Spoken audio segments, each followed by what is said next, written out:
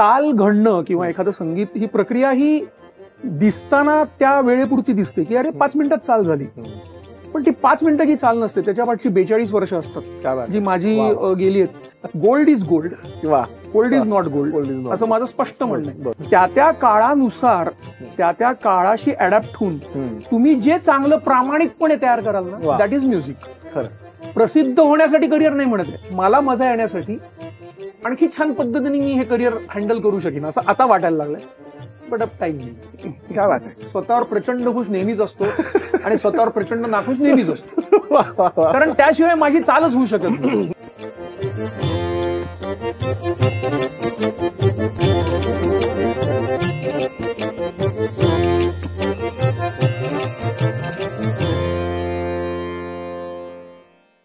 नमस्कार मंडळी, जाई काजळ निर्मित आणि स्मृतिगंध प्रस्तुत आभाळाची माणसाच्या ह्या भागात तुमच्या सगळ्यांचं मनपूर्वक स्वागत. मंडळी, आज आपण अशा व्यक्तीला भेटणार आहोत ज्या व्यक्तींनी संगीत क्षेत्रातली जवळपास सगळी क्षेत्र पादाक्रांत केलेली आहेत. म्हणजे सुरुवात एक वादक म्हणून, त्याच्यानंतर उपशास्त्रीय किंवा फिल्मी किंवा नॉन फिल्मी संगीतात एक समूहवादक किंवा सोलोवादक म्हणून, नंतर एक यशस्वी संगीत दिग्दर्शक म्हणून, आणि सगळ्यात महत्त्वाचं म्हणजे हे सगळं करत असताना शास्त्रीय संगीताचा पाया कुठेही त्या माणसाने सोडला नाही. असा आपला सगळ्यांचा म्हणजे आपले सगळ्यांचे लाडके प्रतिभावान तबलावादक आणि संगीतकार केदार पंडित. नमस्कार केदार दादा, तुझं आभाळाची माणसाच्या आमच्या भागात अतिशय मनपूर्वक स्वागत. तू आज इतकं प्रेमाने इथे आलायस आणि आमच्याशी गप्पा मारणार आहेस आणि आपल्यातली फॉर्मॅलिटी आपण ते संपूया. मी दरवेळेला प्रत्येक आपल्या जवळच्या माणसाला असंच म्हणतो, त्यामुळे ही आता एक प्रथाच झाली असं म्हणायला हरकत नाहीये. केदार दादा, मी तुझ्या प्रवासाबद्दल आपण थोडंसं उलट्याने सुरुवात करूया. म्हणजे आज तू एक अतिशय यशस्वी संगीतकार आहेस. तुझ्याकडे जवळपास 1000-1500हून जास्ती स्वतःची गाणी रेकॉर्ड केलेली आहेस आणि भारतातला असा बहुतेक कुठचाच गायक नसेल ज्याच्याबरोबर तू वादक किंवा संगीतकार म्हणून काम केलेलं नाहीये. तर आज इतक्या वेगवेगळ्या माध्यमांना तू संगीत देताना तुझी काय मनस्थिती असते? विशेष करून मला असं विचारायचं की जेव्हा शब्दप्रधान चांगले शब्द आपल्या समोर येतात, कारण डिव्होशनल मध्ये कसं असं आपण म्हटलं की एक 5 मंत्र घेतले की त्याच्यात साधारणपणे एक अल्बम होऊ शकतो, पण जेव्हा शब्दप्रधान गायकी आणि हे वेगवेगळी माध्यमं समोर येतात तेव्हा तुझी मनस्थिती काय असते? कशा मनस्थितीत तू संगीत देतोस? तू उलटीकडून सुरू केल्यामुळे आता मी पण उलटीकडूनच सांगतो की सध्या मनस्थिती तटस्थ असते. बरं. कारण कसं असतं की इतकी वर्ष काम केल्यानंतर एक अनुभवानी म्हण किंवा इतक्या लोकांबरोबर काम केल्यानंतर त्यांच्याशी रिलेट झाल्यानंतर असं होतं की आता वेगळा विचार करण्याची गरज राहत नाही, त्या ऑटोमॅटिकली वर्कआउट होतात सगळ्या गोष्टी. म्हणजे काही पिक्चरमध्ये आपण बघतो बघ की काही असे तुम्हाला असे समोरून दिसायला लागतं वगैरे, तसे शब्द आले, मग ते कुठलेही असतील, मग ते जिंगलचे असतील, ते एखादं रोमॅन्टिक गाणं असेल, भजन असेल, मंत्र असेल, काही असेल, त्या त्या जॉनर मधला जो काही समोर आलेला जो शब्द संग्रह असतो तो आपोआपच चाल सुचवायला लागतो. लोक म्हणतील की हे विधान फारच कॉमन आहे की चाल सुचवतात. मलाही काही काळापूर्वी असंच वाटायचं की असं का म्हणतात लोक चाल सुचवतात वगैरे, सुचत असते, पण असं नाहीये. खरंच सुचतं हे काही काळानंतर समजतं. म्हणजे जसं म्हणतात ना की तुला बाप झाल्यानंतर समजेल असे वडील आपल्याला सांगत असतात, तसं तितकी वर्ष गेल्यानंतर तुम्हाला कळतं की हो, ते म्हणतात ते खरं आहे की हे शब्दच तुम्हाला सुचवत असतात. कारण काय होतं, ते चाल घडणं किंवा एखादं संगीत ही प्रक्रिया ही दिसताना त्या वेळेपुरती दिसते की अरे 5 मिनिटात चाल झाली, पण ती 5 मिनिटाची चाल नसते, त्याच्या पाठची 42 वर्ष असतात जी माझी गेली आहेत. की ती 42 वर्षाचा जो काही अनुभव असतो, वेगवेगळ्या माध्यमातून, वेगवेगळ्या माणसांकडून, वेगवेगळ्या प्रसंगातून आलेला, ज्यांनी आपण समृद्ध बनलेलो असतो, त्याच्यातून ते सुचत असतं. त्यामुळे आता ती खूप तटस्थ असते की, आणि म्हणजे अजूनही ऑफकोर्स ते टेन्शन येणं आवश्यक असतं की कुठल्याही कामाला जाताना की बाबा आज ही आपल्याला हे प्रोजेक्ट करायचं किंवा ह्या पद्धतीचं, पण आता बऱ्यापैकी एक निश्चल तत्व आलेलं असतं की सुचवणार आहेत ते शब्दच आपली काळजी घेणार आहेत, आपण कशाला उगाच, म्हणजे काय म्हणतो, सरेंडरची भावना हळूहळू ती तयार व्हायला येते आणि खरंच येते. आता आज तू जवळपास डिव्होशनल म्युझिक जर म्हटलं तर मला असं वाटतं की बहुतेक भारतातला तू एक लिडिंग संगीतकार असेल की ज्यांनी डिव्होशनल म्युझिकसाठी एवढं काम केलेलं आहे. तर असं संगीत निर्माण करतोयस किंवा केलं जातंय हातातनं, ज्या संगीतामुळे लोकांना आंतरिक शांती मिळणार आहे. मग हे संगीत तयार करताना तुला त्याच्यात करताना आंतरिक शांती असते का, तू ह्या हेतूनी करतोस की नाही हे माझं झाल्यानंतर कोणाला तरी ह्यातनं शांती मिळणार आहे, हे माझ्यातनं काम होत आहे? नाही, याचं एक उदाहरण सांगतो की एक प्रसिद्ध गायक आहेत, आता मी त्यांचं नाव नाही घेणार म्हणून, पण त्यांना एकाने हा प्रश्न विचारला होता की म्हणजे ते गात होते आणि गाणं झाल्यानंतर त्यांना येऊन विचारलं की त्यांना म्हणजे त्या रसिकांनी सांगितलं की खरंच तुम्ही आम्हाला परमेश्वराचं दर्शन घडवलं. ते म्हणले इतकी वर्ष झाली मला का घडत नाहीये, मी गातोय इतकी वर्ष. तर त्यातला पार्ट थोडासा वेगळा आहे की जेव्हा आंतरिक शांतीचा किंवा ह्याचा जो प्रश्न येतो, हे सत्य आहे की कुठेतरी शेवटी तुम्हाला एक ऑब्जेक्टिव्ह असावं लागतं की हे करून मला काय करायचंय. बरोबर. तर कुठलंही काम करताना आपल्यासमोर एक ध्येय असतं की बाबा मग ते अगदी भले एका बिझनेसमॅनचं असू दे की मला एवढा पैसा कमवायचा आहे, मला हे प्रॉडक्ट निर्माण करायचं आहे वगैरे वगैरे. तसं एक म्युझिक डिरेक्टर म्हणून वर्क म्हणून किंवा प्रोफेशन म्हणून करताना हे निश्चितच असतं की मला जे प्रोजेक्ट करायचंय त्यातून मला काय साधायचंय, किंवा ज्यांच्यासाठी मी करतोय, ज्या प्रेक्षकांसाठी मी रसिकांसाठी करतोय त्यांना नक्की मला काय द्यायचंय, हे सत्य आहे. त्यामुळे ती आंतरिक शांती असेल किंवा जे काही त्याचं असेल. आणि पण मी अगदी मनापासून सांगतो की बरेचदा हे जे काही सगळं काम होतं किंवा लोक जी घेतात ही प्रोडक्ट्स, डिवोशनल प्रोजेक्ट्स वगैरे, मला कधी कधी असं वाटतं की खरंच भक्तीपोटी घेतात की भीतीपोटी घेतात. हा एक महत्वाचा प्रश्न असतो. अर्थात तो त्यांचा वैयक्तिक विचारसरणी आहे की मला भीतीपोटी मी घेतोय की बाबा मला हे मंत्र घेतला तर मला असं होईल, आय विल बी सेफ म्हणून घेतायत का, नाही, ह्या मंत्राचा मला गरज आहे ह्या मंत्राची. कारण काय शेवटी कुठलाही आध्यात्मिक किंवा परमार्थिक विचार जो काय असतो तो एक तर आत्मिक शांतीसाठी असतो किंवा नॉर्मली 90% तो भौतिक शांतीसाठी वापरला जातो, which is a wrong thing according to me. बरोबर. ती माझी बैठक असल्यामुळे मी तरी काम करताना आंतरिक शांत असतो आणि मला खूप मजा येत असते. I enjoy that movement. मग एखादा मंत्र शांतीसाठी असेल, एखादा मंत्र किंवा एखादं भजन असेल ते आळवणीसाठी असेल, एखादं काहीतरी असं काहीतरी असेल प्रॉडक्ट की ज्याच्यातून काहीतरी परमेश्वर प्राप्तीची एक अनुभूती असेल, ती मी घ्यायचा मनापासून प्रयत्न करतो आणि मी तसं प्रॉडक्ट तयार करतो. लोकांना त्याच्यातून मिळते हे त्यांचा भाव आहे. बरोबर. रादर तो माझ्या कॉम्पोजिशनच्या परिणामापेक्षा मला पर्सनली असं वाटतं की तो त्यांचा भाव असतो. ज्या भावनेने ते घेतात त्या भावनेने त्यांना जसा भाव तसा देव. करेक्ट आहे. म्हणजे मला असं वाटतं की चित्राकडे एखाद्या कलाकाराने काढल्यानंतर रसिक वेगवेगळ्या भावनेने बघतात, तसं ते काही होत असावं. अगदी खरं. केदारदा, मला असं तुला विचारायचं की तुझं मूलभूत सगळं करिअरची सुरुवात ही तबलावादक म्हणून झाली लहानपणापासून. आता तसं बघायला गेलं तर तबला हे एक चामड्याचं वाद्य आहे, म्हणजे ज्याच्यामध्ये अगदी आपण अक्षरं मोजली तर 10 पेक्षा जास्ती अक्षरं वेगळी येणार किंवा 10 पेक्षा वेगळे नाद निघणार नाहीत असं आपण म्हणूया. तर आता ही जी नादमयता आहे आणि ही तुझ्या ह्या म्हणजे तबल्याच्या नादातनं सुरांच्या नादावर तू कधी ट्रान्सफॉर्म झालास? कारण मी असं विचाराचं कारण हे महत्वाचं असं आहे की मी असं खूप वेळा बघितलंय की बरेचसे जे तबलावादक ज्यांनी तबल्याची साधना खूप केलं ना, त्यांना एक सुरांचं विलक्षण आकर्षण असतं. म्हणजे ते सुरांच्या पायी खूप जास्ती, म्हणजे तुला तबला लावताना पण मी बघितलंय की तू अगदी प्रिसाइजली जोपर्यंत तो सुरापर्यंत तबला शेवटच्या ह्याच्यापर्यंत मिळत नाही तोपर्यंत वाजवायला सुरुवात करत नाहीस. तर हे तबल्यावरनं सुरांचं आकर्षण कधी तयार झालं? हे असं म्हणेन मी की रादर हे जन्मापासूनच होतं. कारण माझ्या घरात मूळ संगीत होतं.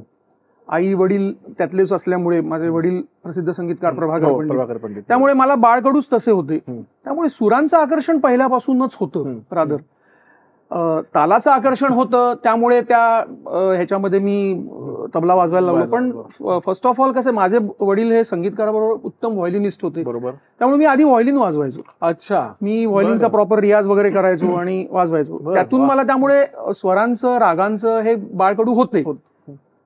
सुरांचं आकर्षण हे तबला वाजवता वाजवता नकळतपणे घडत गेलं.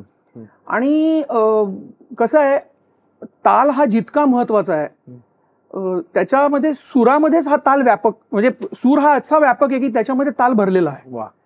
तर त्यामुळे म्हणजे आता तबला हे म्हणलं तर एक सुरी वाद्य बरोबर म्हणलं. आणि तू एक उल्लेख केलास की हे चामड्याचं वाद्य आहे. बरोबर.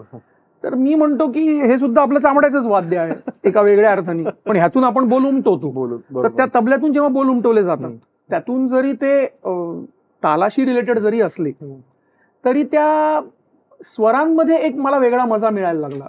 स्वरांमध्ये जास्त माझा कॅनव्हास माझ्या विचारांचा असेल म्हण, किंवा मला जे काही ड्रीम असेल म्हण, किंवा मला जी काही प्रतिभा परमेश्वर कृपेने मिळाली असेल म्हण, किंवा मला जे काही करावं असं वाटत होतं त्याचा कॅनव्हास मला सुरांमध्ये जास्त दिसायला लागला, न कळत.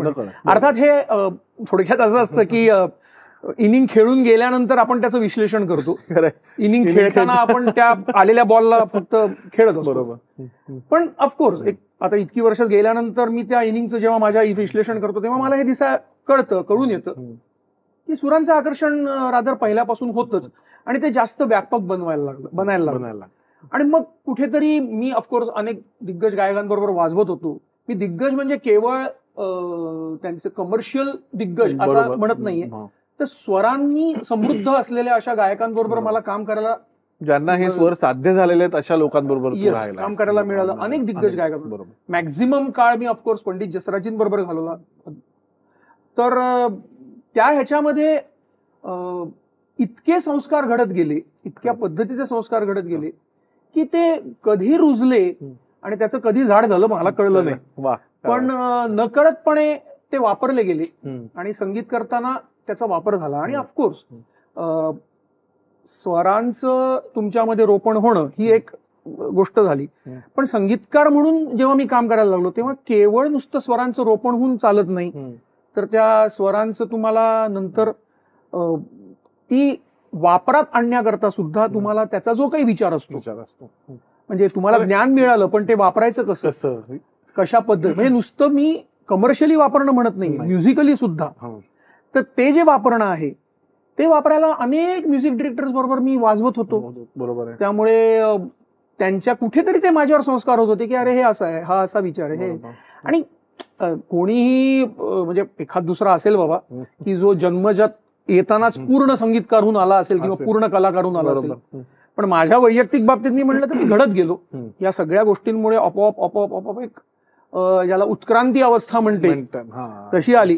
अजून माकडाचा मानव झालाय की नाही माहित नाही मला, पण दिशेने प्रवास निश्चित चालू आहे असं मी म्हणू शकतो. त्यामुळे अशा पद्धतीने मी स्वरांकडे आलो. आणि दुसरी एक गोष्ट तुला सांगायची की रादर म्हणजे तू म्हणलास की तबला वादक होता, पण प्रोफेशनली म्हणायला गेलास तर मी सुरुवात खरी म्युझिक डिरेक्शननी केली. बरं. म्हणजे प्रोफेशनली ज्याला आपण पैसे घेऊन काहीतरी काम करणं म्हणतो ते काम मी रादर म्युझिक डिरेक्शन म्हणून केलं. I was in 9th standard. आणि माझ्या विचारच पहिलं मग ठीक आहे, तू आता विषय केला, सॉरी मी तुझा प्रश्न खाल्ला. नाही अजिबातच नाही. तर त्याच्यामध्ये म्हणजे वडिलांकडे ते पिक्चर आलं होतं म्युझिक डिरेक्शनला, आणि वडिलांनी त्यातली 4 गाणी केली होती आणि 2 गाण्यांची स्क्रिप्ट घरी होती. तर मला काय वाटलं माहित नाही, मी त्यातलं एक गाणं कंपोज केल्यावर ते प्रोड्युसर म्हणले नाही हेच हवंय, हे चांगलं वाटतं. ऑफकोर्स बाबांचा मोठेपणा होता की मी असा लहान असूनही, आणि माझे वडील काय मुलगा आहे म्हणून चान्स देतील अशातले नव्हते, चांगला असेल तर चान्स दिला असता त्यांनी. तर त्यामुळे त्यांनाही आवडलं, त्यामुळे ते म्हणले ठीक आहे घ्या तुम्ही, आणि म्हणून मग ते पिक्चर मध्ये केलं. तर असा तो म्युझिक डिरेक्शनचा प्रवास. केदारदादा, तू संगीत क्षेत्रातल्या रेकॉर्डिंग पासून ते संगीत क्षेत्रात होणाऱ्या सगळ्या प्रकारच्या उत्क्रांतीच्या सगळ्या अवस्था बघितल्यास असं मी म्हणेन. म्हणजे तू 14व्या वर्षीपासून तबला वाजवायला सुरुवात केलीस, ते अजूनही वाजवतोयस असं आपण म्हणूया, जरी तू व्यावसायिक कार्यक्रम हे कमी केले असलेस तरी. तर ह्या उत्क्रांतीबद्दल तुझं काय म्हणणं आहे? कशा पद्धतीने ती झालीये, ती कुठे जातीये, कुठे पोचले आणि कुठे होती? माझं मत म्हणजे जे काही नॉर्मली मत दिलं जातं त्याच्यापेक्षा माझं मत थोडंसं वेगळं आहे. माझं असं म्हणजे लोक असं नॉर्मली म्हणतात बरेचसे लोक की हो पूर्वी खूप छान होतं आणि आता ओल्ड इज गोल्ड म्हणतात तसं. माझं तर म्हणणं ही म्हणत चूक आहे. गोल्ड इज गोल्ड किंवा ओल्ड इज नॉट गोल्ड असं माझं स्पष्ट म्हणणं आहे. मी जर आता काहीतरी घाणेरडं काम केलं आणि 50 वर्षानंतर ओल्ड झालं म्हणून ते गोल्ड होईल का? नाही. हा लॉजिक आहे. त्यामुळे तुम्ही चांगलंच काम करा, खरं जे चांगलं असेल ते टिकेल. हो, आणि बेसिकली म्हणजे या मुद्द्यालाच धरून मी असं पण म्हणेन की जुन्या लोकांनी सुद्धा अशी बरीच कामं केली जी आपण आता गोल्ड म्हणू शकत नाहीये. खरं म्हणजे ही वस्तुस्थिती आहे. हे गोल्ड नाही, हे बोल्ड विधान आहे खूप, त्यामुळे पण निश्चित आहे, पण ही गोष्ट खरी आहे, सत्य आहे.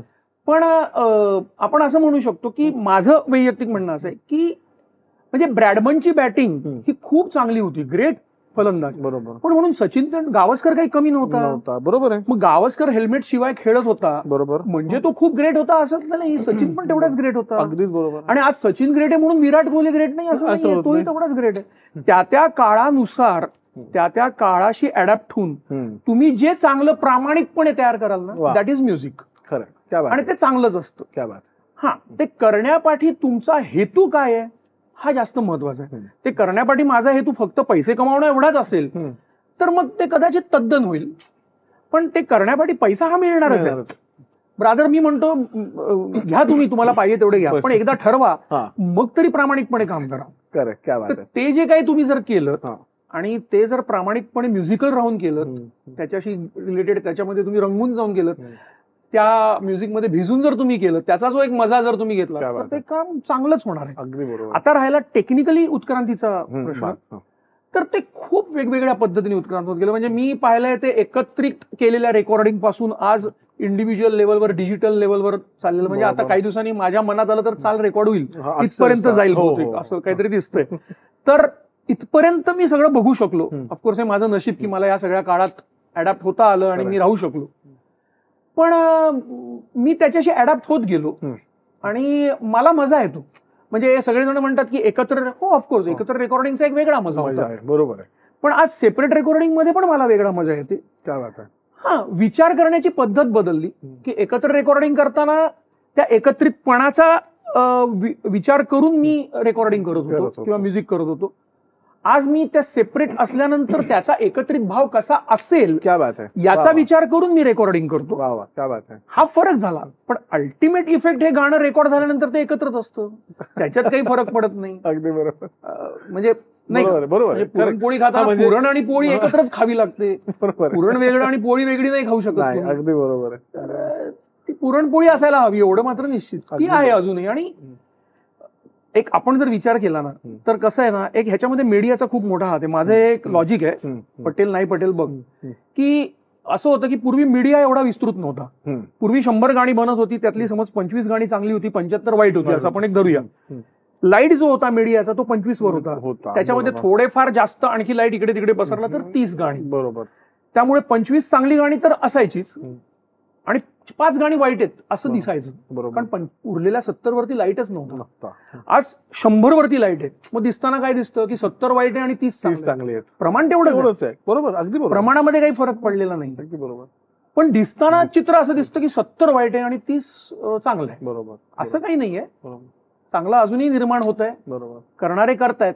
करण्याची इच्छा फक्त तुमच्याकडे असायला पाहिजे. क्या बात. केदारदा, तू जवळपास 1980 सालपासून रेकॉर्डिंगच्या फील्डमध्ये आल्यानंतर आजपर्यंत हजारो लोकांबरोबर काम केलेस. म्हणजे खरंच हजारो लोकांबरोबर काम केलेस. आता तुझ्यासाठी जर आपण श्रीधर फडके यांच्या संगीतकारांचा जर उल्लेख केला फक्त त्यांचा, तर जवळपास त्यांचे सगळेच अल्बम आणि चित्रपट, लक्ष्मीची पावले सोडून ओंकार स्वरूपाटे मी राधिकापर्यंत सगळे तू वाजवलेले आहेस. असं कारण बऱ्याचदा रेकॉर्डिंगच्या फील्डमध्ये असं बघितलं जातं की आपण जेव्हा रेकॉर्डिंग करायला जातो तेव्हा आपल्याला काहीही माहिती नसतं. हे गाणं अल्बमचं आहे का, हे गाणं फिल्मचं आहे किंवा हे गाणं कशाचं आहे. बऱ्याचदा ते रिलीज होऊन बाहेर आल्यानंतर आपल्याला 2 महिन्याने अरे हे आपणच वाजवलंय असं वाटतं. तर हे जे थोडंसं, तू क्लासिकल फील्डमध्ये वाजवत असल्यामुळे तू एक लोकांच्या समोर येतच होतास, परंतु जर फक्त तू जर रेकॉर्डिंगचा वादक असतास तर हे नॉन रेकॉग्निशन हँडल करण्याची काय टेक्निक आहे? चांगला प्रश्न आहे. कारण का कलाकाराला शेवटी कौतुक हवं. तबला कोणी, आम्ही आता बऱ्याचदा चहा आणि चाहते हे दोन्ही फार प्रिय असतात. त्यामुळे तू म्हणतोस तो प्रश्न खूप करेक्ट आहे. कारण काय होतं कसं की आता एक उदाहरण, म्हणजे तू बोलतोयस पण मिराजे गझल सारखं रेकॉर्डिंग आपण काढलं तर पटकन कळत नाही की तबला कोणी वाजवलाय. म्हणजे मग आपण फोन करतो, तुला फोन करीन, ज्ञानेशदाला फोन करीन, मग विचारत बसीन. तर त्या आत्ताच जर ही अवस्था आहे तर त्या काळात जर कॅसेट रिलीज झाल्यानंतर पण क्रेडिट मिळत नसेल तर ते नॉन रेकग्निशन हँडल करणं खूप कठीण गोष्ट आहे. ह्याच्यामध्ये 2 गोष्टी आहेत असं मी म्हणेन. क्रेडिट आज मिळायला लागलंय आणि दिसायला लागलंय म्हणून मला मिळालं नाही याचा त्रास होतो. त्यावेळेला मिळतच नव्हतं, त्यामुळे त्याचीच सवय होती. जेव्हा मला जिन्याची सवय आहे तेव्हा लिफ्ट बद्दल मला काही वाटणार नाही. पण एकदा का लिफ्ट मधून जायची सवय झाली की मग जिना मला लिफ्ट नाही मिळाली याचा त्रास होतो. तर त्या काळात हा प्रश्नच नव्हता. क्रेडिट मिळणारच नाहीये, वाजवलं, मजा आली, विषय संपला. हा होत होता. आता ऑफकोर्स हे प्रश्न तयार झाले बरोबर की अरे मला क्रेडिट नाही, मी वाजवलंय, काही वेळेला दुसराही घेऊन जातो, असंही होतं. त्यामुळे ह्याचे फ्रस्ट्रेशन्स आणि प्रकार होतात. आता ह्याच्यामध्ये माझं वैयक्तिक म्हणणं असं आहे की जर मी वाजवलंय तर स्पष्टपणे सांगायला काय हरकत आहे, मी वाजवलंय, बरोबर, मी काही चूक तर केलेली नाहीये. हा, तुम्ही त्याचा अभिमान बाळगू नका ही बाजूला गोष्ट झाली, पण सांगायला काय हरकत आहे. कलाकारांमध्ये प्रॉब्लेम असतो, सांगायचं खूप असतं, पण सांगितलं तर कसं वाटेल, मला अभिमानी म्हणतील का, मला अहंकारी म्हणतील का वगैरे असे अनेक प्रश्न तयार होतात. मी ह्या सगळ्या गोष्टी प्रेमाने सांगा, हो बाबा मी वाजवलंय, त्यामुळे तुम्ही क्रेडिट घ्या असं माझं म्हणणं आहे स्पष्टपणे. आणि जर नसेल घ्यायचं तुम्हाला तर मग विषय सोडा तुमच्या नशिबावर, झालं तर झालं. कुठल्या तरी एका बाजूला राहा, दोन दगडांवर पाय ठेवून कधीही कोणी समाधानी होणार नाही. त्यामुळे माझं असं म्हणणं आहे, घ्यायचं असेल तर घ्या, नसेल घ्यायचं तर शांत राहा, मिळेल ते मिळेल. त्यामुळे ह्याला हँडल करण्याचे हे दोनच प्रश्न आहेत. उगाच प्राणायाम करून काही तुमचं फ्रस्ट्रेशन हँडल होत नाही. आयदर इस पार या तो उस पार, स्वीकारा नाहीतर सोडा. काय बात आहे, वा वा. आणखी आपण तू विचारलेल्या प्रश्नामध्ये आणखी एक भाग असा आहे की मी जरी म्हणलं हे स्वीकारा किंवा स्वीकारू नका, हे अवघड आहे, ही प्रोसेस आहे, हे एका दिवसात जमणारी गोष्ट नाही. तू मगाशी म्हणलास आपण उलटीकडून सुरुवात करू, त्यामुळे मी उलटीकडून बोलतोय. बरोबर आहे की एवढी वर्ष झाल्यानंतर मी आज हे म्हणतोय. सुरुवातीला मलाही त्रास झालाय, कबूल करतो, नाही असं नाही, पण कसं आहे ना, ह्या प्रोसेसमधून सगळ्यांना जावं लागतं. आणि याचं कारण असं आहे ना की संगीत ही गोष्ट अशी आहे किंवा कुठलीही कलाकार ही गोष्ट अशी आहे की त्या कलेच्या साधनेमुळे किंवा त्या कलेमध्ये राहिल्यामुळे तुम्ही सेन्सिटिव्ह बनता, तुमची सेन्सिटिव्हिटी ही जास्त तयार होते आणि रादर सेन्सिटिव्ह असतो तोच चांगला कलाकार बनतो. अगदी बरोबर आहे. मग उलट्या ह्यानी बघितलं तर जो सेन्सिटिव्ह असतो तो कलाकार असतो. मग ती जर सेन्सिटिव्हिटी जर तुमची असेल तर ह्या समोरच्या होणाऱ्या गोष्टी तुम्हाला जास्त लागतात. म्हणजे इतर जनरल माणसाला एक कुसुमाग्रजांचं वाक्य आहे, सरपटणाऱ्या प्राण्याला कोसळण्याची भीती नसते. क्या बात आहे, असं कुसुमाग्रजांचं वाक्य. तर म्हणजे याचा अर्थ काय कलाकार वरच्या लेव्हलचा असतो असं माझं म्हणणं नाहीये, पण सांगायचा मुद्दा असा आहे की ती सेन्सिटिव्हिटी इतकी जागृत झालेली असते ना, मग या छोट्या छोट्या गोष्टी तुम्हाला त्रास होतो लागायला. बरोबर. पण जाणीवपूर्वक जर विचार केला तर आपणच हा विचार करून ठरवायचा की हा बाबा या तो इस्पार या तो उसपार गेलं तर आपल्याला, कारण मधला मार्ग नाही ना ह्याच्यात. कारण मधल्या मार्गामध्ये तुम्ही समाधानी होऊच शकणार नाही. त्यामुळे कुठेतरी ही प्रोसेस आहे, त्या प्रोसेसमधून प्रत्येकाला जावं लागतं. पण ही प्रोसेस करताना जर अशा पद्धतीने विचार केला तर तो कलाकारही म्हणून चांगला राहू शकतो आणि माणूस म्हणूनही चांगला राहू शकतो. पण जर तुम्ही कुठेतरी याचा परिणाम होऊन दिलात तर मग आहेतच भरपूर गोष्टी आहेत जिथे तुम्ही अधीन होऊ शकता. बरोबर आहे. आणि मग त्या अधीनतेमधून कलाकारत्वही संपतं आणि माणूसही संपतो. अगदी बरोबर. एकदा एक मूर्तिकार असं म्हणले होते की मी मूर्ती जेव्हा घडवतो दगडातनं किंवा कशातनं, तेव्हा मी मूर्ती घडवत नाही, मी अनावश्यक दगड बाहेर काढतो, उरते ती मूर्ती असते. त्याच्यामुळे बेसिकली संगीत क्षेत्रात ही एक मोठा कळीचा मुद्दा आहे की काय करायचं आणि काय नाही करायचं. तर हे काय नाही करायचं हे तुला कधी कळलं? बापरे, तू सगळं उलटीकडून सुरू केल्यामुळे मला खूप विचार करून उत्तर. हरकत नाही. आपल्या कार्यक्रमाचा फॉर्मॅटच आपण कलाकाराला उलगडणं हा ठेवल्यामुळे आपण साधारणपणे मी एवढं काम केलंय नॉर्मल असं उलगडण्याची ऍक्शन केली जाते, तू असं उलगडतोयस त्यामुळे जरा प्रॉब्लेम होतोय. पण ठीक आहे, हे समजलं कधी असा जर प्रश्न असेल तर असं मला आता ऍक्च्युअल नाही आठवणार, पण कुठेतरी मध्यात आल्यानंतर म्हणजे माझ्या सगळ्या ह्या जो काही माझा प्रवास झाला त्याच्यात थोडंसं मध्यात आल्यानंतर ह्या गोष्टी उलगडायला लागल्या.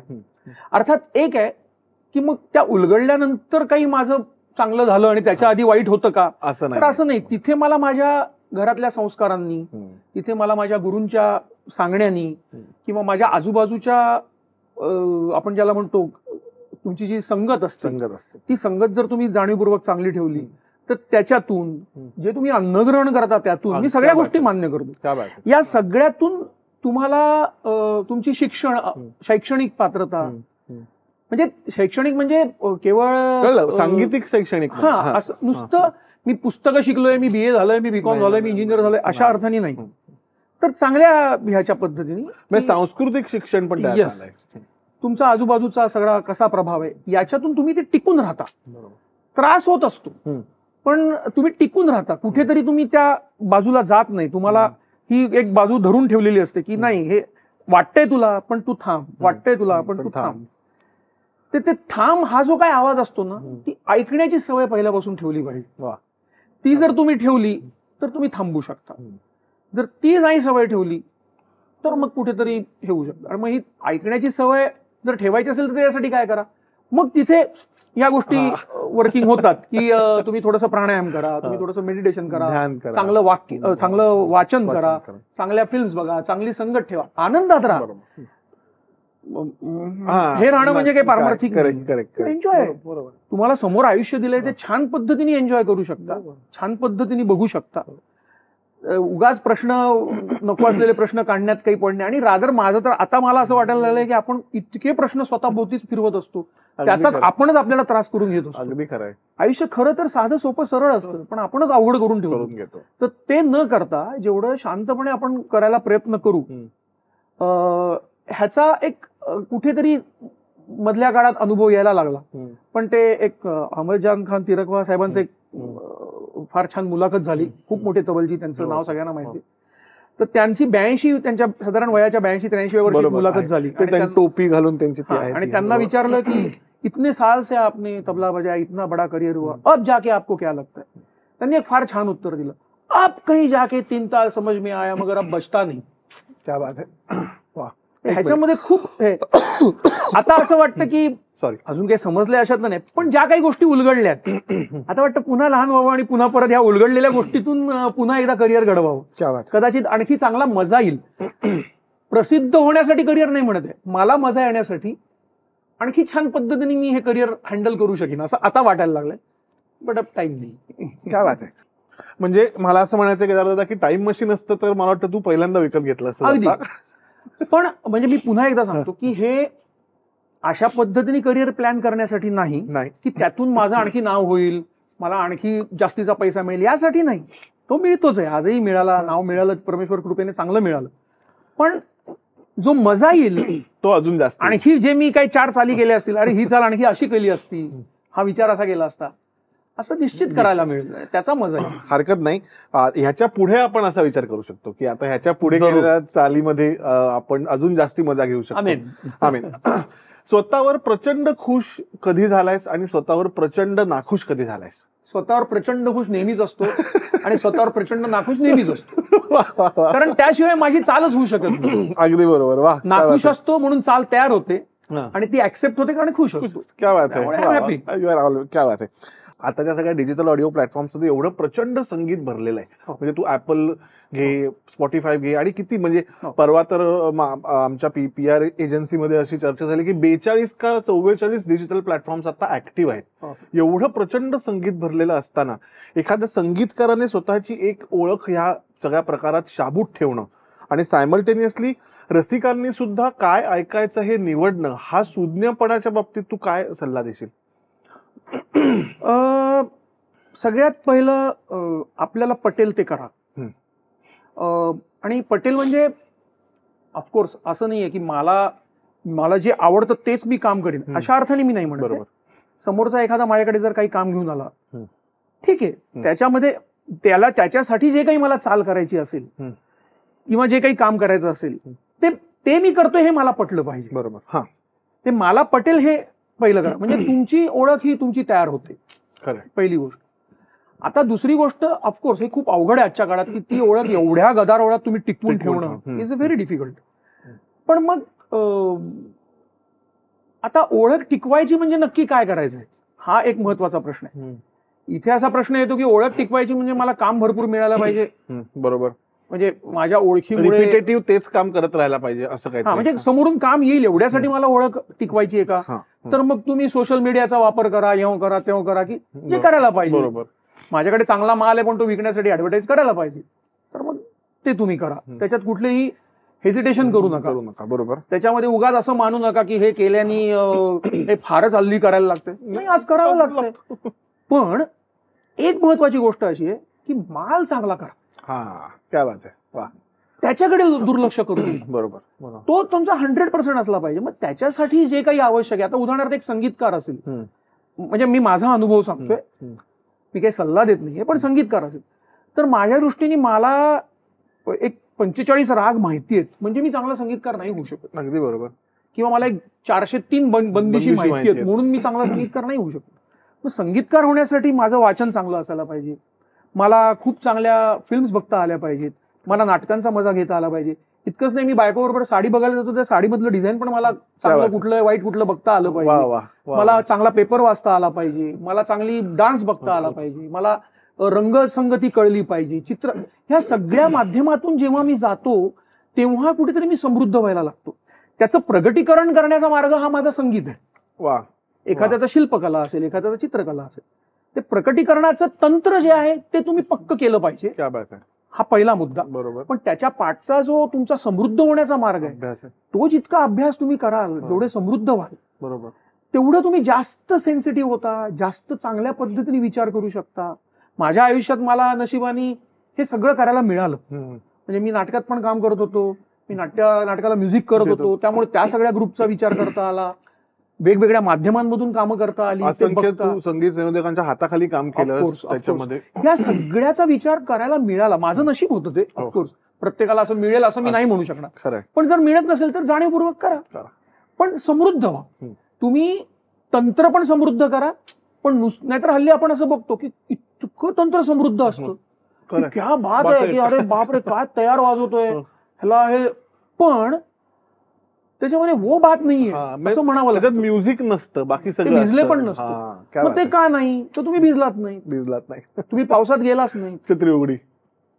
मग ते जर तुम्ही गेलात आणि हे आजूबाजूचं जे सगळं आहे ते बघा, आणि त्या त्या काळातलं पण बघा. फक्त मी केवळ जुनच काहीतरी शिल्पकला बघीन अशी काही गरज नाही. बरोबर. कारण तुम्ही त्या काळाशी अपडेट राहिला नाही तर तुम्हाला कसं कळणार की नक्की काय चाललंय आज आजूबाजूला. मग जे चाललंय त्याच्यामध्ये तुम्ही काहीतरी चांगलं देऊ शकलात, तर त्याचा मजा येतो. त्यामुळे तुम्ही करायला पाहिजे, मनापासून करायला. नळ कितीही छोटा मोठा असला तरी मागे टाकीत खूप पाणी पाहिजे आपल्याकडे, त्याच्याशिवाय त्या नळाच्या ह्याला काही अर्थ नाहीये. मला असं विचारायचं केदार दादा, तू काही काळापूर्वी, म्हणजे आता जवळपास 10-12 वर्ष झाली, तबला वादन जाहीररित्या आणि एकंदरच खूप कमी केलंयस. ह्याच्या मागचं कारण काय? कारण बरीच आहेत. म्हणजे एक तर तुझ्या खांद्याचं थोडंसं त्यावेळेला ठीक आहे, दॅट वॉज वन रिझन. बरोबर. पण थोडंसं असं झालं, एक आपण ज्याला म्हणतो ना की बरेच दिवस, कारण कसं होतं की मी नुसतं शास्त्रीय संगीताचे प्रोग्राम किंवा लाईट संगीताचे प्रोग्राम वाजवत नव्हतो. बरोबर. मी ते वाजवत होतो, पुन्हा ते वेगवेगळ्या आर्टिस्ट बरोबर वाजवत होतो, त्यामुळे त्याची संख्या खूप जास्त. आणि त्याच्यात सुद्धा तू म्हणल्यासारखं दिग्गज म्हणजे फक्त कमर्शियली नाही, इंटेलेक्च्युअली दिग्गज कलाकार अशा लोकांबरोबर वाजवत होतो, त्यामुळे ते होतच होतं. म्हणजे ते आपण संख्यानी जर बघितलं तर ते महिन्याला एक 10-15 प्रोग्राम मिनिमम वाजवत होतो. क्या बात आहे. In to addition to that recording continuous वाजवत होतो. बरं, ज्या काळात मी रेकॉर्डिंग वाजवत होतो तो काळ इतका बिझी होता, कॅसेट्स आणि हे सगळं यूज होतं, त्यामुळे दिवसाला 8-8, 10-10 गाणी वाजव, जिंगल्स वाजव, ह्यो कर त्यो कर, हे कंटिन्युअस होतं. म्हणजे महिन्यातले 25 ते 30-26 दिवस मी कंटिन्युअस सकाळी 8 ते रात्री 10 पर्यंत तबला वाजवतच होतो, इन्क्लुडिंग प्रोग्राम असेल, इन्क्लुडिंग हे असेल, प्लस माझं म्युझिक डिरेक्शन चालू होतं. कुठेतरी या सगळ्याचा एक केऑस तयार झाला, आणि मग तो प्रवास, मग त्याच्यासाठी हे सगळं थोडंसं वैयक्तिकरित्या जरा जास्त ओव्हर होतंय असं वाटायला लागलं. कुठेतरी त्यातून ब्रेक झाला, आणि त्याच्यातच मग ते फिजिकल पण थोडंसं वाटलं, म्हणून मग त्यातून ब्रेक घेतला. आणि आपल्या लाईनमध्ये एकदा ब्रेक घेतला की मग कोणी ब्रेक देत नाही, तर त्यामुळे तोही थोडासा प्रॉब्लेम झाला. पण ऑफकोर्स असं नाही झालं. पण मग मी नंतर थोडंसं एक पंडितजींबरोबर वाजवत होतो, संजीव बरोबर वाजवत होतो, रतन म्हणून त्याच्याबरोबर वाजवत होतो, असे काही थोड्याफार लोकांबरोबर वाजवत होतो, देवकी बरोबर 1-2 वाजवले. पण नंतर मग हळूहळू त्यातून बाहेरच पडलो. पण मग आता परत असं वाटतं का की अरे परत सुरू करावं आणि परत आता यावं स्टेजवर? रियाज भरपूर करतो. अच्छा. रियाज चालू आहे, मनापासून त्याचा आनंद घेतो. पण वाजवायला माझी रेकॉर्डिंग माझी जी स्वतःची असतात ती मी वाजवतो, त्यामुळे माझी तबला वादनाची जी काही हौस आहे ती फिटली जाते, त्याच्यात काही प्रॉब्लेम होत नाही.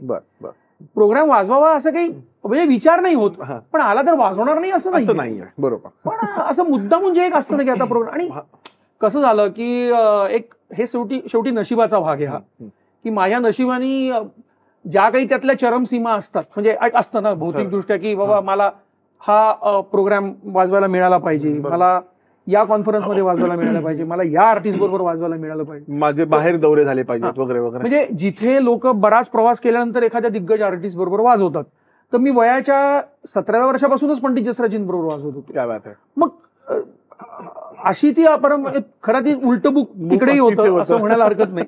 पण ते जे काय सगळं होतं की त्यामुळे म्हणजे अचीव्ह काही करायचं राहिलंय असं हा, म्हणजे मी असं नाही म्हणणार की आय हॅव अचीव्ड एव्हरीथिंग, नाही, मी भौतिकदृष्ट्या म्हणतो. बरोबर. तबल्यातलं खूप अचीव्ह करण्यासारखं आहे. आजही क्रिकेट 120 ला जात असेल तर वाटतं की ते 140 ला जावं. आजची पोरं वाजवतात, असे वाजवतात, हाय हाय हाय, ते बघितलं की असं वाटतं अरे अरे यार एवढा रियाज आपण परत बसावं, आता 8-8 तास रियाज मारावा आणि ह्या तयारीला यावं, हे वाटू शकतं. त्यामुळे तिथे काही अचीव्ड नाहीये, भूक भागली नाहीये, ती आहे मनातून, पण एक तृप्तता आहे, पोट भरलंय असं, तृप्तता आहे, समाधानत्व आहे, त्यामुळे आय एम हॅपी. केदार दादा, कलाकाराच्या आयुष्यामध्ये टीका ही एक अविभाज्य घटक आहे. हो, प्रत्येकाच्या बाबतीमध्ये. तर बरं, टीकाकार जो असतो तो हे काही बघत नाही की टीका करण्याची आपली स्वतःची लायकी आहे का, पहिली गोष्ट. ते मत देऊन मोकळे होतात. तर अशा वेळेला ही टीका कलाकारांनी कशा पद्धतीने हँडल करावी, आणि तुला वैयक्तिकरित्या कोणी टीका केलेली आवडते? खरं सांगायचं प्रामाणिकपणे नाही आवडत. अच्छा, खोटं कशाला बोला, कुणाला आवडेल टीका केलेली? बरोबर. आता संगीतामधला एक नियम आहे, मी असं म्हणेन की संगीत हे मी वेगळ्या अर्थाने म्हणतोय, म्हणजे प्लीज ट्राय टू अंडरस्टँड. संगीत हे त्या अर्थाने सायन्स नाहीये की 1+1=2, 2+2=4 असं नाहीये. ही कला आहे, त्यामुळे त्याला पॅरामीटर्स नाहीये. आपण ठरवून 2+2 6 करू शकतो क्रिएटिव्हली रादर, किंवा आपण असं म्हणू की त्याच्यामध्ये पॅरामीटर्स जास्तीत जास्त एवढेच होऊ शकतात की तू सुरात गातोयस किंवा तालात गातोयस का नाही, हे सिद्ध करू शकणारे पॅरामीटर्स. बरोबर. आजच्या काळात ते सिद्ध करू शकतो. बरोबर आहे. तू सुरात गायलायस नाही किंवा तालात नाही गायला. बरोबर. पण मी लावलेली चाल ही चांगली आहे का वाईट आहे हे तू कसं सिद्ध करशील? खरं. तुला आवडेल, ह्याला नाही आवडणार, पण तुला आवडली म्हणजे ती खूप चांगली आहे असंही नाही, आणि ह्याला नाही आवडली म्हणून ती खूप वाईट आहे असंही नाही. कारण ह्याला पॅरामीटर्सच नाहीये. म्हणजे इंजिनिअरिंग मध्ये एखादा माणूस म्हणेल हे 2 सेंटीमीटरनी कमी झालं, हो बाबा कमी झालं, हे सिद्ध करताय. संगीतामध्ये असं काहीच नाही करतायत. त्यामुळे मला आवडली की नाही हे सगळ्यात पहिलं बघावं, स्वतःला आवडली की नाही. टीकाकार जो करणारा आहे तो, आपण जर त्याला काही उत्तर दिलं तर पुन्हा आणखी सुरू होईल का, असं जर असेल तर न दिलेलं बरं. बरोबर. जर पुन्हा सुरू होणारा नसेल आणि उगाच काहीतरी टीका करत असेल तर उत्तर देऊन गप्प बसवावं, असं माझं म्हणणं आहे. आणि जर ती टीका जर खरंच चांगली असेल, प्रथम आपण विचार करावा. बरोबर. तर चांगली असेल तर ती घ्यावी. त्रास होतो, बरोबर, नाही असं नाही. हा, चांगल्या टीकेचाही त्रास होतो, का नाही होणार? उद्या तू चांगलं वाजलंस आणि मी तुला म्हणलं अरे गंधार हे नाही, तर तुला त्रास होणारच ना पहिल्यांदा. पण ठीक आहे, कुठेतरी आपल्यालाही आपलं मन सांगत असतं की नाही, यांनी केलेले विचार करायला हरकत नाही. बरोबर. हे जर प्रामाणिक उत्तर आपलं असेल तर जरूर विचार करावा. आणि जर उगाच काहीतरी सांगत असेल तर हे बघावं की हा आणखी आधी लागणार असेल तर नको बाबा, उगाच कशाला त्याच्यात पडा, जाऊ दे, त्याच्या टीकेने काय माझ्या चालीमध्ये फरक पडत नाही. खरं. पण जर त्यांनी केलेली टीका त्याला उत्तर देणं अपेक्षित असेल तर माझं म्हणणं द्यावं, निदान आपली बाजू तरी समजावून सांगावी. खरं. त्याच्या परत आणखी जर तो सुरू झाला तर ओके थँक्यू म्हणा, बाजूला. आपलं न बोलणं हे आपल्या नकारात कन्व्हर्ट नको व्हायला, इतपत आपण उत्तर नक्कीच द्यावं, किंवा होकारातही कन्व्हर्ट. हा, अगदी बरोबर. काय बात आहे. केदारदादा, मला असं वाटतं की तू इतक्या दिग्गजांबरोबर काम केलंयस, तर एखादे असे काही आयुष्यात ट्रान्सफॉर्मेशन होण्यासारखे किस्से किंवा त्या माणसांचे काही अनुभव की ह्या घटनेचा तुझ्या आयुष्यावर, तुझ्या वादनावर, तुझ्या सर्जनशीलतेवर प्रचंड परिणाम झालाय, असे काही किस्से किंवा किस्सा कसंही? बरेच किस्से आहेत. म्हणजे असे अनेकांचं बघून, अनेकांना पाहून खूप असे विचार आले की अरे हे करायला पाहिजे, कारण ते सारखं घडत होतं. आणि रादर कसं आहे की खूप म्हणजे पुन्हा मी परत म्हणेन की माझं हे लक आहे, माझी हे नशीब आहे की सगळ्यांबरोबर भरपूर भरपूर काम करायला मिळालं. ते भरपूर लेवलवरती सारखंच मिळत होतं. म्हणजे कसं होतं की जर तुम्ही अगदीच मोजकं काम केलं असेल तर एखादा किस्सा आपण म्हणू शकतो की अरे असं आहे म्हणून, पण तसं नाही, ते सारखंच घडत होतं. आता असे अनेक वेळेला आहे की आपण एक जसराजींचा किस्सा बघूया, त्यातला एक पटकन सांगता येण्यासारखा की म्हणजे आता हा म्हणलं तर वेगळ्या पद्धतीचा आहे, हा वादनाशी रिलेटेड असं डायरेक्टली नाहीये. पुण्यामध्ये पंडित जसराज पुरस्कार दिला जायचा पूर्वी, एक पंडित जसराजींच्या नावाने एक पुरस्कार दिला जायचा. तर एकदा तो पुरस्काराचं हे वितरण झालं होतं आणि आम्ही त्यावेळेला लंडनला होतो जसराजींबरोबर एके ठिकाणी. तर ते असे सकाळी बसले होते आणि एकदम त्यांनी एक असा छोटासा कागद घेतला आणि त्याच्यावरती लिहिलं, I love you from my heart Kedar, असं करून मला तो कागद दिला. आणि मी तो वाचला आणि मी एकदम त्यांच्याकडे बघितलं. म्हणलं, ते म्हणले क्या लग रहा है? म्हणलं परसों ही पंडित जसराज पुरस्कार हो गया यार, फिर से. असं मी त्यांना म्हणलं. काय बात आहे. कारण तो अनुभव असा होता.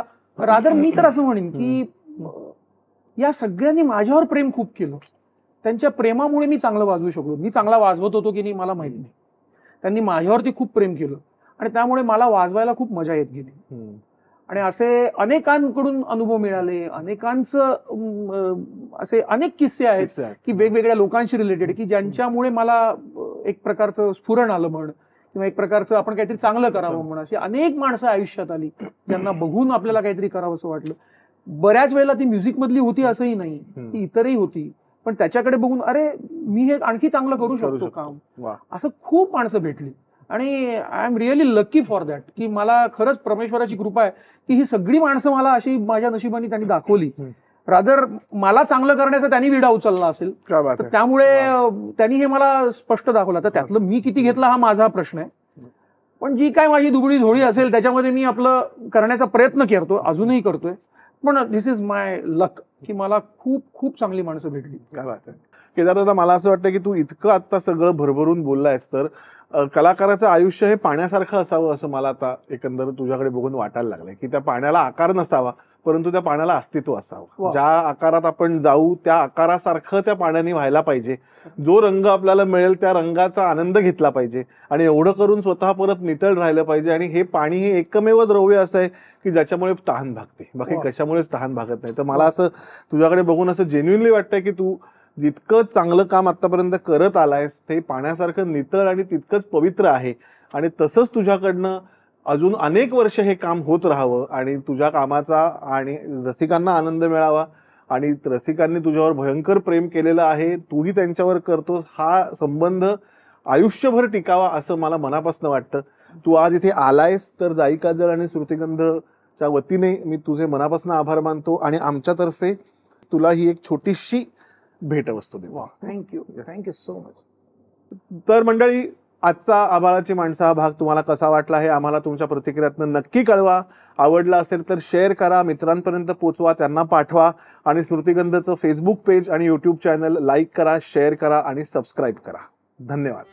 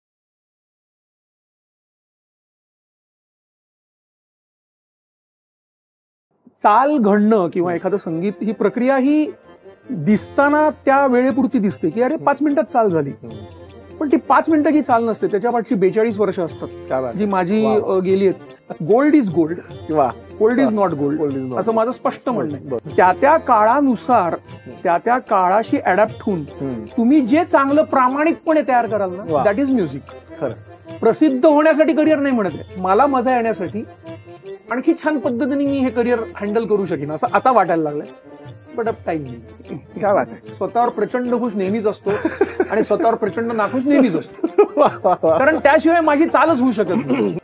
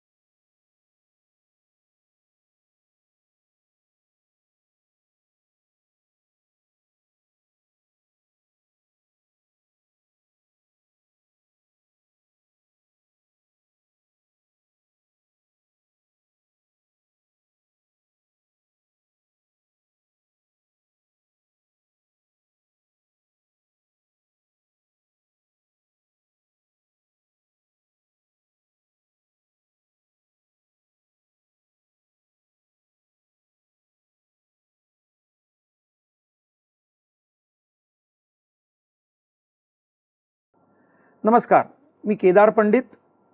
आभाळाची माणसं या कार्यक्रमातून मी तुम्हाला भेटायला येतोय, तुमच्याशी गप्पा मारायला येतोय. आपण खूप गप्पा मारूया. माझ्या मनातलं तुम्हाला खूप काही सांगायचं आहे, तर ते सांगण्यासाठी मी येतोय. बघायला विसरू नका आभाळाची माणसं.